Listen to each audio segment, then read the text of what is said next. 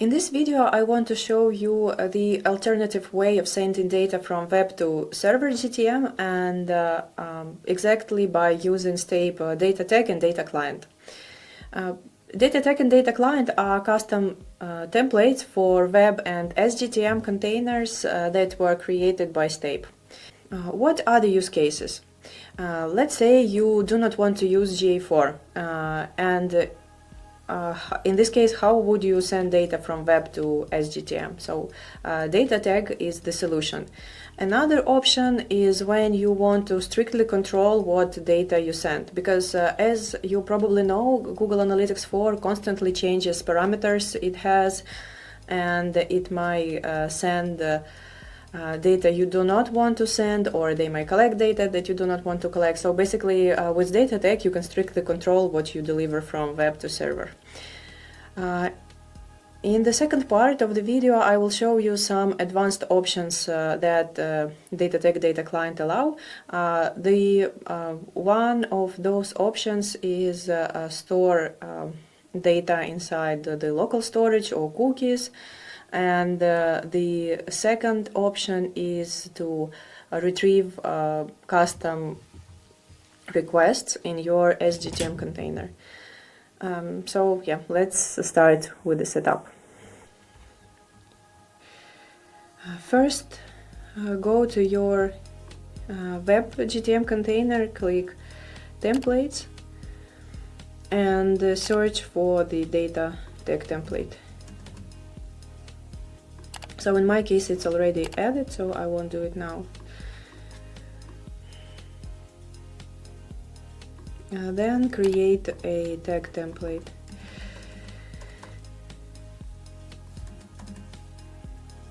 In this example, I want to send all e-commerce events from web to server using data tag. So yeah, select the tag type data tag. Then you can either create each you can create a separate tag for each event, and in this case you want to select from the standard event names or add a custom event name. I will try to make the setup as simple as possible, and I will add as an event name a dynamic event variable.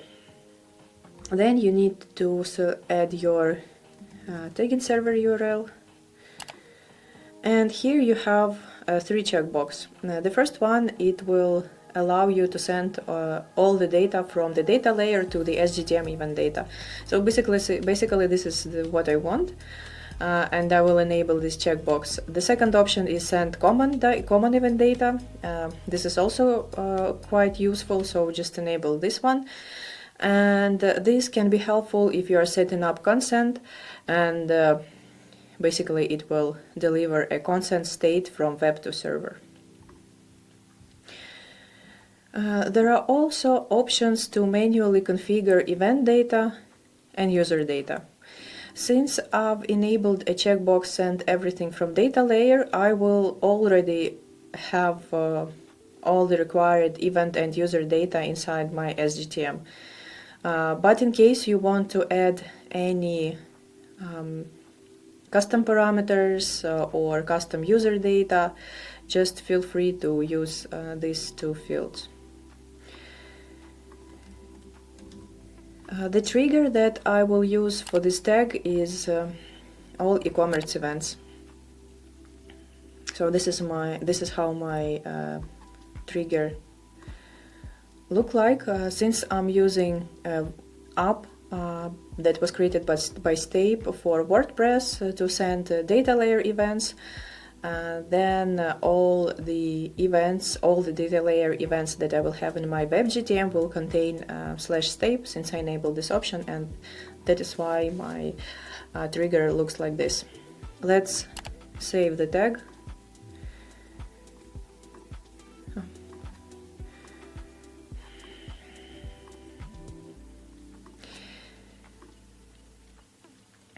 Now you need to add data client to your SGTM. There are no, in the template section of the SGTM, it's not possible to search gallery for your clients. So that is why you need to download data client from Stape GitHub. You can find a link to Stape GitHub in the footer of Stape.io website, and once you are here, click repositories and search for data client. Then download the zip file, click new, import, and select data client template. Click save. So yeah, template was created. Now you need to configure this template. Create new and the data client. I will edit DC data client. Save.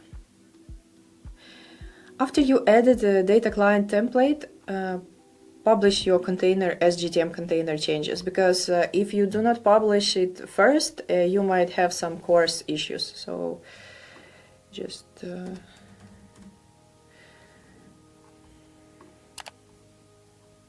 publish all the changes. Once you're done, refresh the preview, and the same with WebGTM.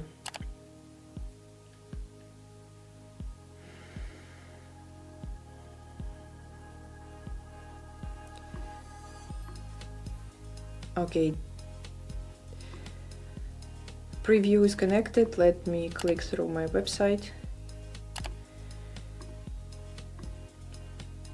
Okay, this is the web GTM container, and you can see that there were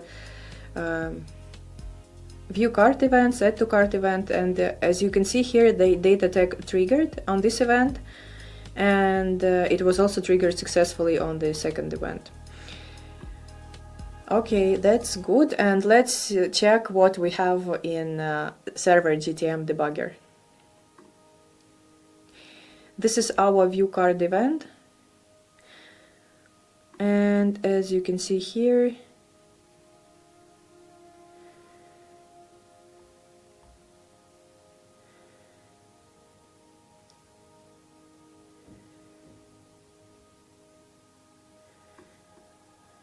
this one. So since you see that now I have an option where I send data from web to server using both GA4 and data tag. To differentiate GA4 and data tag requests, you can search by the request name. So basically GA4 request will start with collect, while data tag request will start with data. So this is the data tag request, and it was claimed by the data client you see here. And let's see the event data. Remember that we enabled the checkbox send common data and send common data and send all from the data layer. So on the data tag requests, open event tab, and here you should see all the data from the data layer of your WebGTM. So basically this is the e-commerce information that you have, and this is the user data.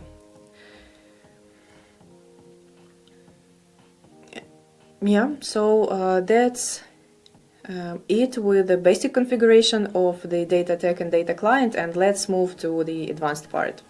The first thing of the advanced part that I want to show you is transformation and the ability to store data that data tag received. So these options can be found here. Let's say you have some, in my case, let's have an email address. I will call it 123, and there are two options. You can either make a transformation of this email address. Let's say you have non-standardized parameter and you want to either trim it, make it lowercase, or maybe you want to create a hash of this parameter and send a hash of some variables to SGTM. So in the transformation, I won't use anything, and the second option is store. In case you want to store user email or any other parameter between the pages, for example, on the purchase event you receive a user email, but when page is refreshed and then the page event triggers, you do not have user email anywhere in the data layer or anywhere else in the web GTM. For this purpose, you can use storage. So let's say I want to store my email in cookies, and let me add a real variable here. So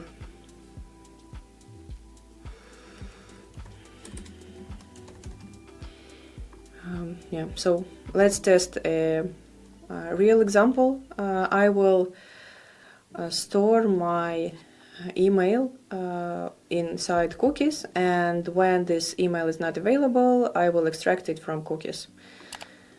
Click Save.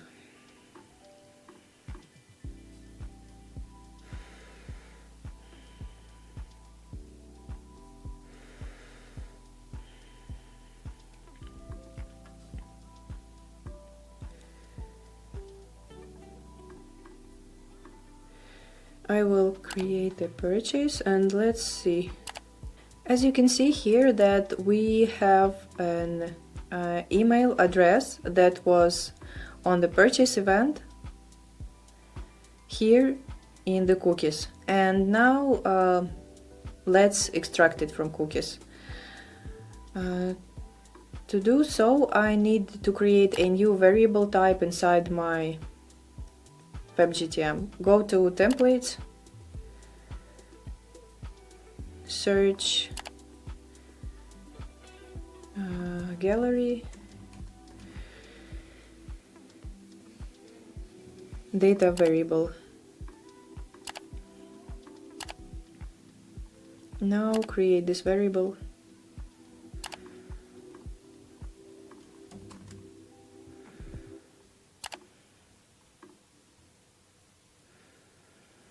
And for to extract this variable, just use the name.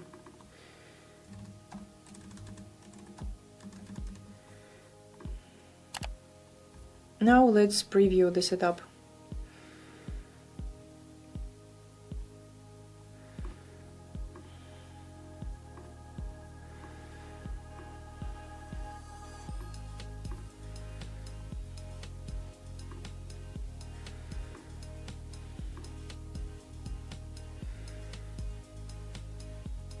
Okay, let's make a purchase again.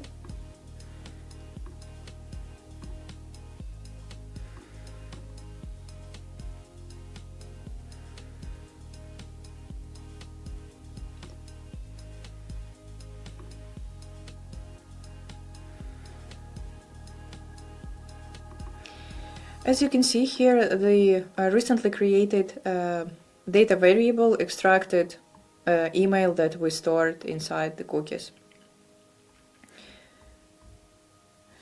The second feature that I want to show you, it is helpful when you want to retrieve custom requests inside your SGTM. This feature is inside the data client. So here you can specify the accepted path of the data client. So as I showed you previously, each tag has their own request path. For example, for G4 it's /collect, for data tag is /data. But let's imagine that you send data to your SGTM from somewhere else, for example, a webhook. How should you proceed? Normally, you should add you should send the webhook to your tagging server URL /webhook or /any other custom name to differentiate the request made by this webhook. So let me show you an example based on the WordPress setup. I will open my Stape app for WordPress and enable an option to send webhooks. So click on the third tab, and here you need to enable this checkbox. Add your tagging server URL. You can just copy it from your SGTM debugger like this. And select what webhook you want to send. You can either use a purchase webhook or refund webhook, and click Save. The next step would be to enable the ability of seeing webhooks inside the SGTM debugger. To do so, we need to use one of the Stape power-ups. The name of this power-up is SGTM preview header config. Go to your SGTM debugger, click these three dots, and then send request manually. Copy this HTTP header here. Then open Stape power-ups and scroll to SGTM preview header config. Click Use, enable this power-up, and add your config that you copied from the SGTM debugger. Click Save. The tricky part when using this preview header power-up is that you do not. There is no need to use it on the production environment where you have a lot of traffic. Just ensure that you're using it while setting up your configuration, or use it on the test website, because it may slow down or even impact the performance of your tagging server. Another important thing about this power-up is that we automatically enable preview header power-up after 30 minutes, in 30 minutes after it was enabled. So let's see. Once you've enabled this power-up, it will take some time to redeploy your container, so just wait a couple of minutes and then proceed with the testing.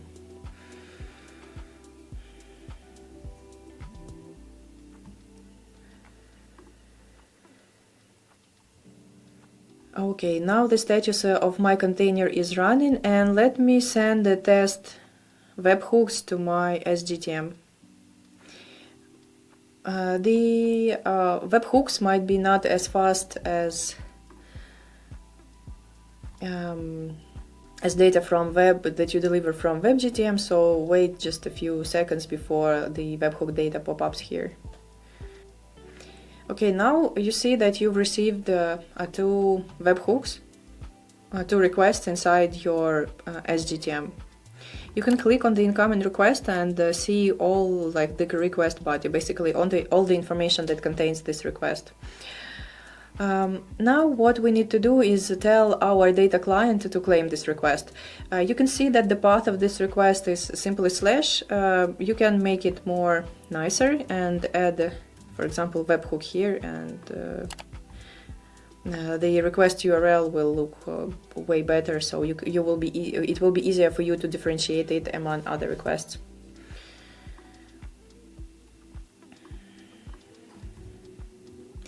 Now you can see that we received a request from to /webhooks.